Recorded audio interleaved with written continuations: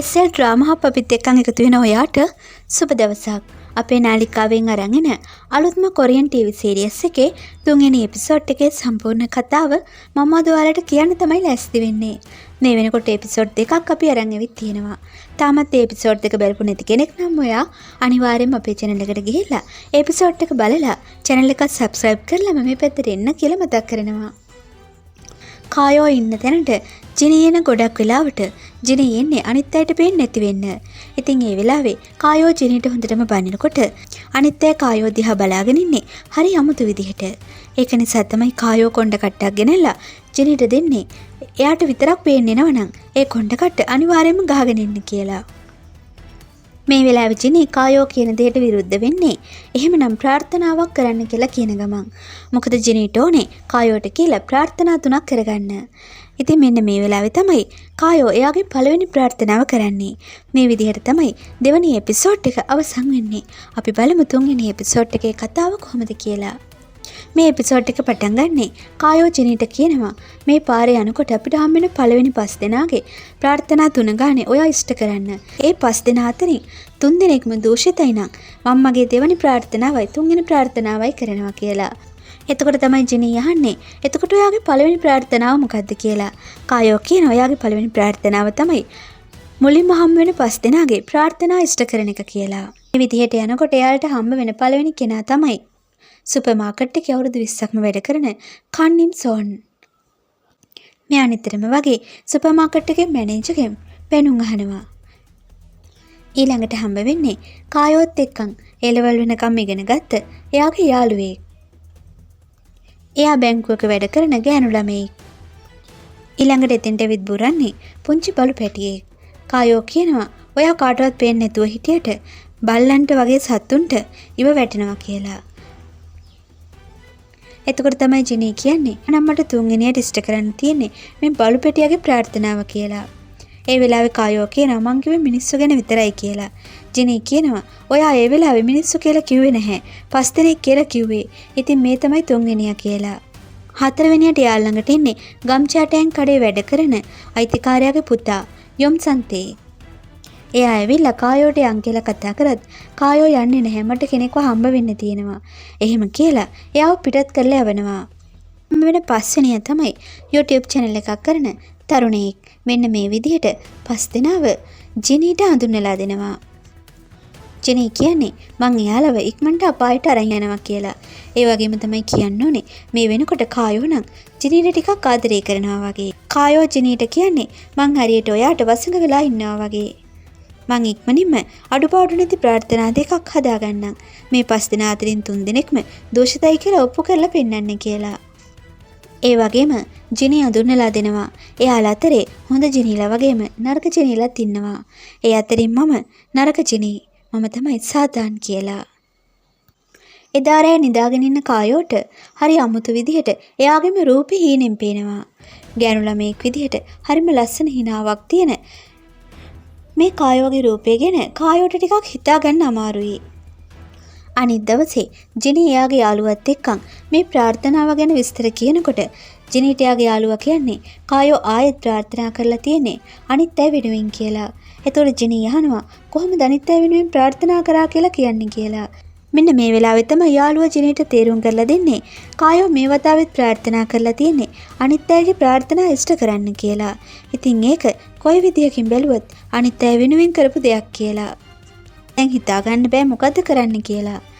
ජෙනී මේ විදිහට කායෝගේ ප්‍රාර්ථනා තුන ඉෂ්ට කරනකොට කායෝගේ ප්‍රාර්ථනා තුන කරන්නේ වෙනත් කෙනෙක් වෙනුවෙන් නම් ජෙනී ආයෙත් අපායටත් වැඩිය පහළ තැනකට වැටෙනවා. ඉතින් ඒක නිසා ජෙනී තීරණය කරනවා මේ ආත්මය මග ඇරලා යන්න. ජෙනී එකට හැංගෙන්න තැනක් තෝරගන්නේ පළසක් අරගෙන අහසේ තමයි යා හැංගෙන්න බලාපොරොත්තු වෙන්නේ. ඉතින් මෙන්න මේ විදිහට පළසත් අරගෙන යන්න හදනකොට කායෝගේ ආච්චි කතා කරනවා කෑම කන්න එන්න කියලා. කෑම කන්න මෙතෙන්ට වැඩිය හොඳ තැනක් තියෙනවා කියලා කියන ගමන් ජෙනී ඒ කෑම එකත් අරගෙනම යන්නේ. කායෝ දැක්කොත් එයාව දැක්කේ නැහැ කියලා කියන්න කියලා කායෝගේ ආච්චිට කියන ගමන් මේ විදිහට ජෙනී කෑම කන ගමන් පාවෙවි ඉන්නකොට එතෙන්ට එන ගුවන් යානා දෙකකින් ප්‍රහාර එල්ල කරන්න තමයි ලෑස්ති වෙන්නේ. ඉතින් මේ වෙලාවේ ජෙනී කරන්නේ ඉක්මනින් එතනින් මාරු වෙලා යනවා. මෙන්න මේකත් එක්කම ජපානයයි කොරියාවයි අතරේ දේශ සීමාවේ ගැටුම් ඇතිවීමේ තත්ත්වයක් උද්ගත වෙනවා. ජෙනීට වෙන කරන්න දෙයක් නැති නිසා ජෙනී ආයෙත් එන්නේ කායෝ ඉන්න තැනට. කායෝ මේ වෙලාවේ නම් බනිනවා රටවල් දෙකක් අතර යුද්ධයක් ඇති වෙන තරමටම ප්‍රශ්නයක් ඇති කරේ ඇයි කියලා. මේ වෙලාවේ තමයි එතෙන්ට ජෙනීගේ යාළුවා එන්නේ. එයා ඇවිල්ලා කායෝගෙන් අහනවා රස්සාවක් තියේද කියලා. කායෝ අහන්නේ ඔයාලා දෙන්න අඳුරනවද කියලා. ඒ විදිහට ජෙනීගේ යාළුවා ඩෙසීට කායෝගෙන් ජොබ් එකක් ඒ වෙලාවේ නම් හම්බ වෙන්නේ නැහැ. දැන් ජෙනීට ප්‍රශ්නයක් වෙලා තියෙන්නේ. ජෙනී මැරෙයි කියලාවත් ජෙනී ගැන හිතන්නේවත් නැතුව කායෝ ඇයි මේ රටවල් දෙක ගැන හිතන්නේ කියලා. ඉතින් ඒක දැනගන්න 1909 ඔක්තෝබර් මාසේ ජීවත් වුණ කායෝගේ ජීවිතයෙන් විස්තර අහන්න එයා යනවා මේ අවුරුද්දට. එතකොට කායෝ ඒ ජීවිතේ තමන්ගේ රට වෙනුවෙන් සටන් කරන සංවිධානයක තමයි ඉන්නේ. මෙන්න මේ වෙලාවේ කායෝගෙන් විස්තර අහන්න මෙන්න මේ වෙලාවේ කායෝගෙන් විස්තර අහන්න ජෙනී උත්සාහ කරත් එතනදී යාට කිසිම විස්තරයක් අහන්න බැරුව යනවා. ඊළඟට ජෙනී යන්නේ 1592 වන අවුරුද්දේ කායෝගේ ජීවිතයෙන් විස්තර අහලා බලන්න. මේ ජීවිතේ කායෝ රජතුමාට පණිවිඩ අරන් එන පණිවිඩකාරයෙක් විදිහට තමයි ජීවත් වෙලා තියෙන්නේ. ඉතින් ජෙනී යනවා එයා ළඟටත් විස්තර අහලා බලන්න. කායෝ මේ වෙලාවේ අරන් ආපු පණිවිඩය රජතුමාට දෙන ගමන් තමයි ඉන්නේ. කායෝ ළඟට එන ජෙනී උත්සාහ කරනවා කායෝත් එක්ක කතා කරන්න. ඒත් එයා කාටවත් පිරුන්නේ නැති වුණත් එයා කියන දේ රජතුමා ඇතුළු අමාත්‍ය මණ්ඩලයට ඇහෙනවා. කායෝ අරගෙන පණිවිඩය අමාත්‍යවරයෙක් රජතුමාට එන්න කියවනවා. මෙන්න මේ වෙලාවේ දිගින් දිගටම ජෙනී කින් කායෝ කියලා කායෝට කතා කරනවා. ඒ වෙලාවේ තමයි රජතුමා නියෝග කරන්නේ ඒ විදිහට කතා කරන කෙනා කරුණාකරලා එළියට එන්න කියලා. ඒත් එක්කම ජෙනී එයා ගහගෙන හිටපු කොණ්ඩ කට්ට ගලවලා හැමෝටම පෙනී ඉන්නවා. ජෙනී එක කේන්ති ගන්න රජතුමා අණ කරන්නේ ජෙනීගේ හිස ගසා දමන්න කියලා. මෙන්න මේ විදිහට දවස් 3ක් විතර ඉඳලා ජෙනී ආයෙත් වර්තමානයට එනවා. කින් කායෝ අහනවා ඔයා කොහෙද මෙච්චර කල් හිටියේ කියලා. එතකොට ජෙනී කියනවා කීප දෙනෙක් හම්බ වෙන්න තිබුණා. ඒක නිසා මම ටිකක් දුරකට ගියා කියලා. ඒ වෙලාවේ තමයි කායෝ අහන්නේ ඔයාට ඕනුනේ මම ප්‍රාර්ථනාවක් කරන්න එක නිතින් මම ප්‍රාර්ථනාවක් කරා. දැන් මේ 5 දෙනාගේ ප්‍රාර්ථනා ඉෂ්ට කරන්න කියලා. ඔයා ප්‍රාර්ථනා ඉෂ්ට කරන්නේ නැතුව කාලේ ගෙවගෙව මඟ අරිනව නේද කියලා අහනවා. එතකොට ජෙනී කියනවා නෑ වෙලාව ආවහම එයාලට පහන දිස් වෙයි කියලා. ඊට පස්සේ කායෝ අහනවා ඉතින් ඔයා කියන දේවල් ඇත්ත කියලා කොහොමද මම විශ්වාස කරන්නේ? අනිත් එක තමයි ඔයා කරන කියන දේවල් හරියටම මට කියයිද කියලා. ඒක නිසා මැකෙන්නේ නැති පෑනක් තියනවද කියලා අහනවා. ජෙනී පාන්දරම කායෝව එක්කගෙන ලී මහත්මයාගේ බිල්ඩින් එකට. එයා දේවදූතයෙක්. එතෙන්ට එන ජෙනී කරන්නේ කායෝව බිල්ඩින් එකෙන් පහළට තල්ලු කරනවා. ඒත් එක්කම මේ දේවදූතයා ඉක්මනින් යන්නේ කායෝව බේරගන්න. මෙන්න මේ වෙලාවේ තමයි එයාගේ පිහාටු එළියට එන්නේ. කායෝව ආපහු බේරගෙන බිල්ඩින් එක උඩට අරන් ආවට පස්සේ කායෝට ජෙනී කිව්වා වගේම කායෝ කරන්නේ මෙයාගේ පිහාට්ටක් ගලවලා ගන්න එක. ඒ පිහාට්ටෙන් ලියන හැමදේම මැකෙන්නේ නැහැ වගේම පිහාට්ටෙන් කිසිම බොරුවක් ලියන්න බෑ. බොරුවක් ලිව්වොත් ඒ බොරුව මැකිලා ඒ වෙනුවට ඒ පොතේ ඇත්ත ලියවෙනවා. ඉතින් ඒක නිසා තමයි ජෙනී කියන්නේ මෙයාගේ පිහට්ටක් ගලව ගන්න කියලා. කායෝ කරන්නේ පිහට්ටක් ගලවගෙන ඉක්මනින් එතනින් දුවගෙන යනවා. ජෙනී වගේම මේ දේවදූතයා අතර පොඩි බහින් බැස්සීමක් සිද්ධ වෙනවා වගේම දෙන්න අතර තියෙන තරහ යාලිත් ඉස්මතු වෙනවා. ඉතින් දේවදූතයා අහනවා ඔයා මේ අවුරුදු 1000කට පස්සේ ආයෙත් ආවද කියලා.